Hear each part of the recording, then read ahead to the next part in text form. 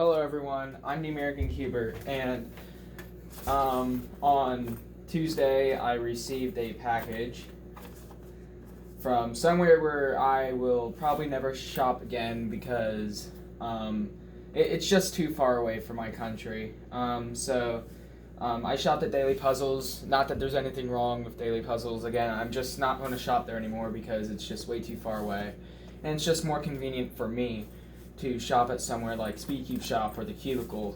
So, the reason why I shopped there is because they were the first one to announce that they would be getting in this puzzle, which you might have already seen it. The reason why it's in the bag is because the YJ mini bag is because that's the bag that it came in, and it is the MGC Repulsion. So I was very excited to receive this cube. So excited that I unboxed it the day I got it instead of waiting to film. In case you don't know, it came with the YJ bag, and some of you might be wondering why I have my RS3M 2020 on top of my 11x11. Well, this is the memorial for the fallen Josh. In case you didn't watch last week's video, I basically improved upon Cuban Encoded's concept, and I'm sticking with that it is a improved version and not just another version. So, we have the Repulsion cards, which I guess are different than every other card that YJ ever put with their puzzles. It shows the cube turning fast. This one, I don't know what it's saying, but I think it means that it can do like a U4 with one flick. I don't know, that's what I got from that. Just the QR code to go to YJ's website, and then this picture right here basically showing how the magnets work. So we've got all those cards out of the way. It also came with a white accessory box, which has the YJ screwdriver, some extra screws and washers. And here we also have some extra springs. It also came with extra magnets. So we had 2 sets of extra springs. So I assume that the positive one is stronger and the negative one is weaker. But I'm not planning on switching the springs of this cube since it is a very limited edition cube, and we also had a replacement core. As I said, there were also replacement magnets in here, but I already took those out. So, and then it also came with an extra set of stickers with 2 logos. And yeah, as I said, I already unboxed this.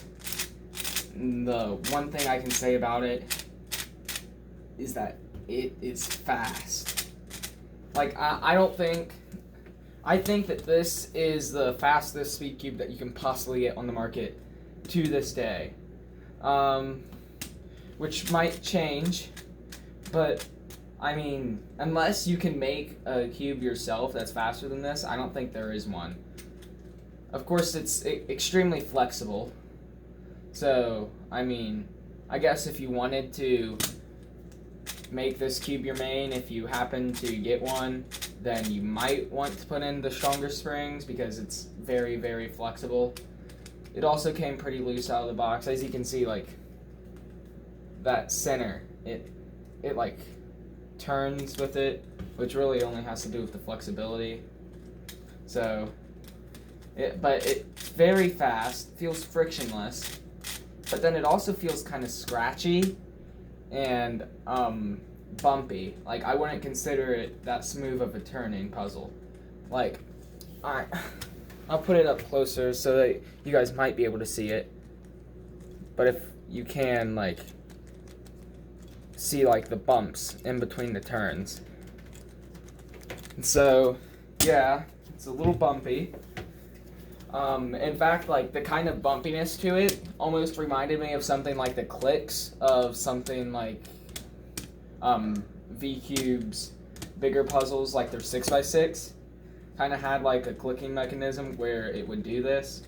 But that was actually part of the mechanism. This is just the magnets repelling each other, and so they come together at they attract one another at very particular angles. So, but just to show you how fast this cube is, I'm actually going to do an average of 5 here.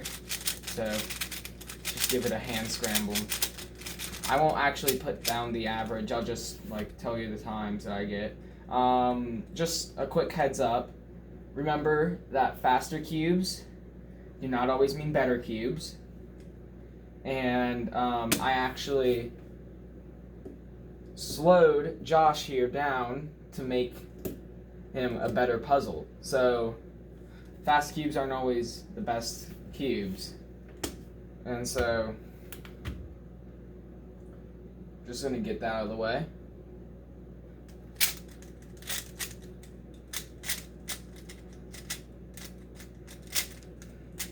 Like, I'm really having trouble controlling this thing.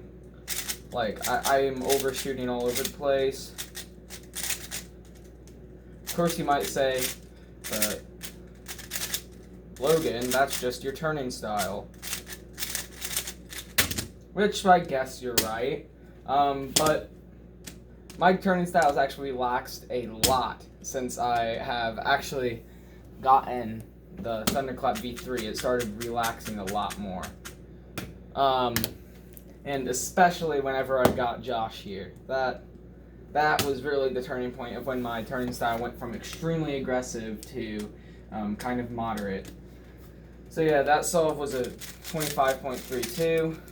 Just gonna scramble this up again.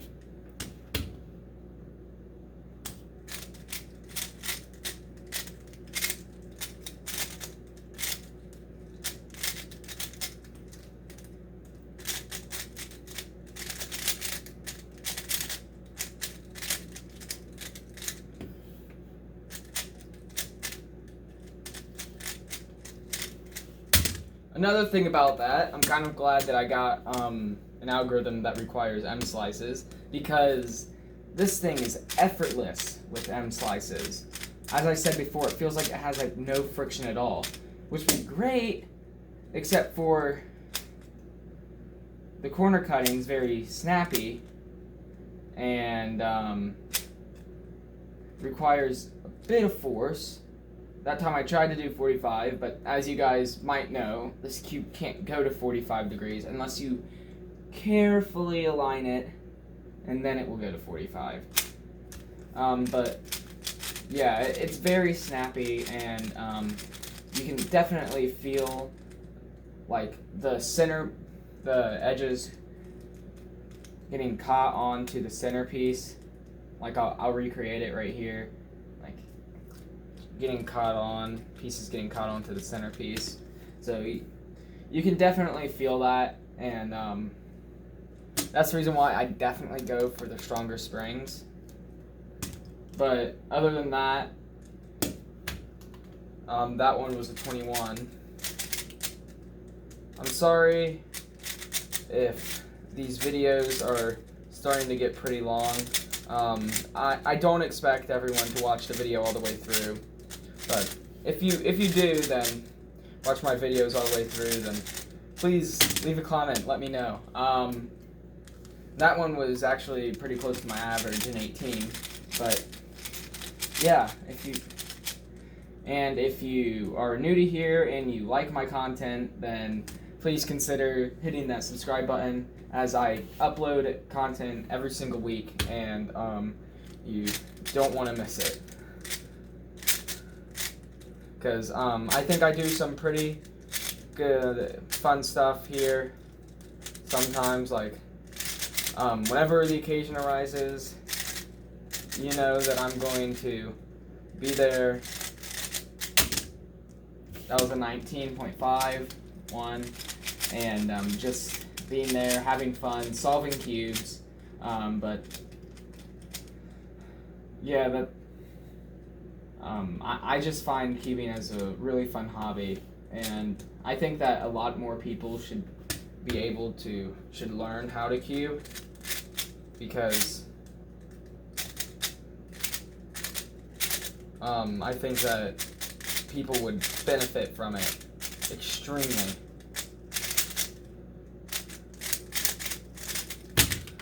That one was 16.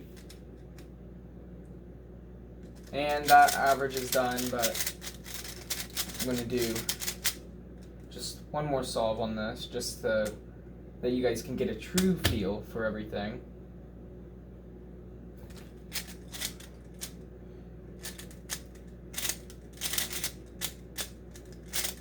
That time recognition was poor, so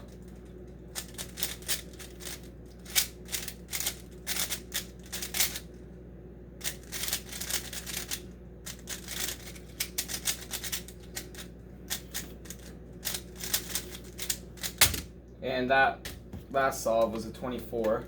But like, you know how GAN gives you these cards to show you what like, I guess that's your serial number, what cube that you got. YJ has their thing, also with the repulsions, but it's on the yellow and green edge in between the, like, facing the red side. So it's in there. If I can get some lights on, I can show you guys more appropriately. So hopefully it's better. I don't really know, but if you can see, it's in there.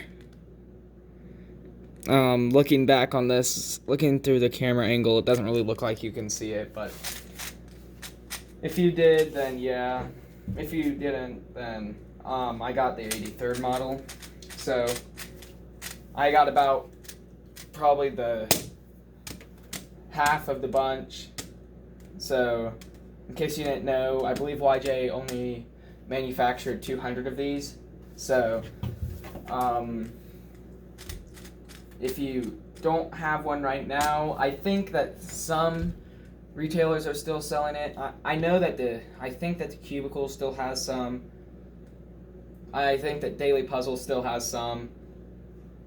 I don't think Speed Cube Shop stocked up on it. And so if you want to get one, I don't know if they're still selling them. Some retailers are. But if they are, then it would be great for you guys to get your hands on one, because it is a weird feeling puzzle. So that's all for this video, and I guess I should probably show a little bit of mercy on Josh here, and maybe solve him again. So to end out this video, I'll just solve Josh.